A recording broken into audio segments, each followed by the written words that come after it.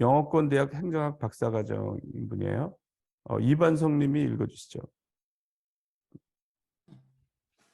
이번 주는 제가 하고 있는 연구에서 계속 막히고 헷갈렸던 부분을 몇 시간 동안 물고 늘어지는 시간을 가졌습니다. 그렇게 대단한 문제는 아니지만 두 달 이상 계속 이해가 잘 되지 않아서 찝찝했던 부분이었는데 이번 기회에 제대로 파악하고 넘어가 보자고 다짐하고 몇 시간을 매달려 있었습니다. 처음에는 슬로우 싱킹으로 시작했는데 시간이 1시간, 2시간 흘러갈수록 이걸 오늘도 해결하지 못할 수도 있다는 시간의 압박이 느껴지고 영영 내가 문제를 풀지 못하면 어떡하나 하는 불안감이 몰려왔습니다. 도대체 별것도 아닌 걸로 지금 얼마나 시간을 끌고 있는 건가? 역시 나는 머리가 안 좋은 건가? 보다 하는 생각에 자신감도 떨어지는 기분이었습니다. 그때 시간의 한계를 최대한 떨쳐버리고 평생 이 문제 하나만 푼다고 생각해 보라는 교수님 말씀이 생각나면서 그래, 그냥 10월 내로만 해결하고 넘어가 보자. 오늘도 이해를 못하면 내일 다시 보면 되지 하면서 마음을 편하게 먹으려고 노력했습니다. 그리고 이런 과정을 통해서 나의 사고력이 점점 좋아질 것이라고 스스로 용기를 주기도 했습니다.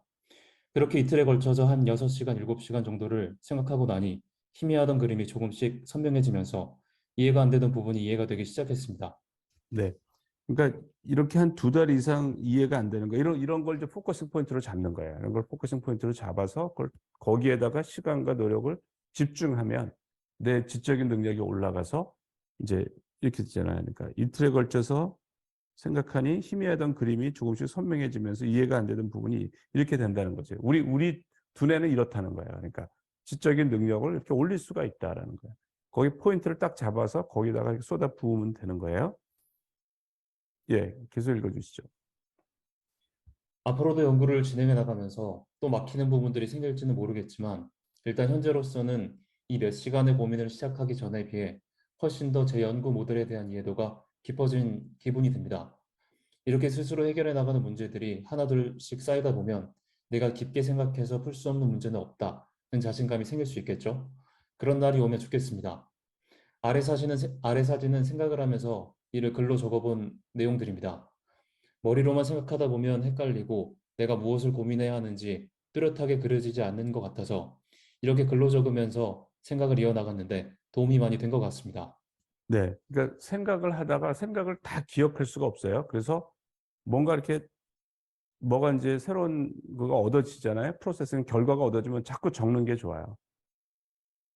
그래야 그걸 기억하려는 부담이 없어서 머리를 비워야 아이디어가 나온다고 그랬죠. 그래서 머리를 가득 채우려고 그러지 말고 아이디어가 떠오르면 무조건 적으세요. 그러니까 사소한 거라도 자꾸 이렇게 적고 비워놓으면 또 아이디어가 떠올라면 또 적고 이렇게 정리하고 예, 계속 읽어주시죠. 일주일에 한두 번 한국인 친구들하고 만나서 밥을 먹으며 수다 떠는 시간을 주기적으로 가지고 있는데요. 사실 한참 재미있게 수다를 떨고 오면 확실히 하루 종일 그날 나누었던 대화라든지 등등 딴 생각이 머리에 떠돌아서 집중도가 엄청 많이 떨어지는 기분이 듭니다. 교수님이 왜 강한 몰입을 할 때는 사람들과의 교류도 줄이는 게 좋다고 하셨는지 알 것 같습니다. 그래도 외롭고 힘든 유학 생활에 이렇게 친구들하고 만나서 밥 먹고 대화 나누는 시간이 참 중요한 활력의 요소인 것은 분명해서 죄책감을 갖기보다는 다시 몰입도를 조금이나마 더 끌어올릴 수 있는 방안을 고민해 봐야겠습니다. 네. 뭐, 저 유학생활 이제 잘 이해해요. 그래서 그 한국 사람들을 만나서 이제 여러 가지 세포도 풀고 이제 하는데, 이제 몰입을 잘하면, 어, 그렇게 이렇게 우울하지도 않고 외롭지도 않아요. 그러니까, 몰입을 잘하면. 그러니까 이제 저거 활동을 전혀 안 할 수는 없겠지만, 이제 좀 줄이고, 이렇게 몰입으로 그러니까 위안을 얻으면 돼요. 그러니까, 몰입을 잘하면 외롭거나, 어, 힘들지 않아요. 그러니까,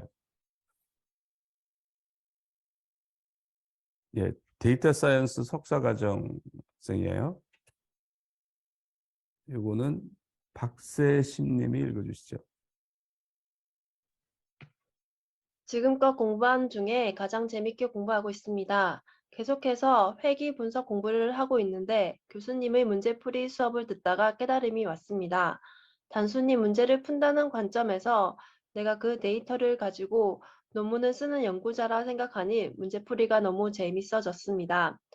준비한 데이터로 어떤 것을 검증하고 싶어 하는지, 이 문제에서는 이러이러한 변수로 가설을 검증할 수 있다고 주장하는데 내 나름대로 동의할 수 있는 부분과 반박할 수 있는 것이 있는지 생각해 보는 등의 온갖 종류의 사고 실험을 하며 각각에 대해 어떻게 논리적으로 풀어나갈 수 있는지에 대한 생각을 하다 보니 이리저리 얽혀있던 교과서 내용들도 신기할 정도로 유기적으로 연결되고 그 의미가 더 선명해집니다.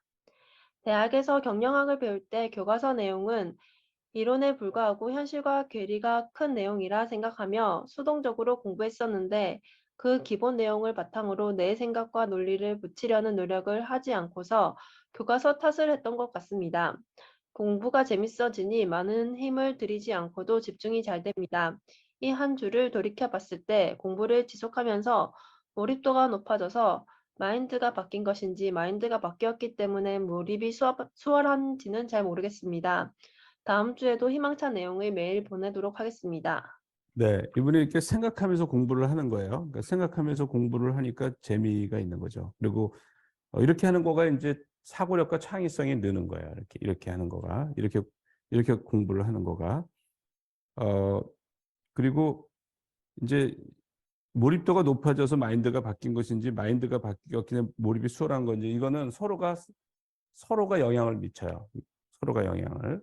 그래서 내가 재밌어지면서 생각이 바뀌는 거고, 그죠? 또 내가 마음을 먹었으면 내가 몰입하려고 뭐 죽음의 통찰이니 이런 걸 통해서 마음을 먹고 이렇게 노력을 하면 또 몰입도가 올라가는 거고 이런 거예요. 그래서 서로가 영향을 미쳐요. 그래서 이제 나선형적으로 발전하는 겁니다. 이렇게 선순환이 일어나는 거예요.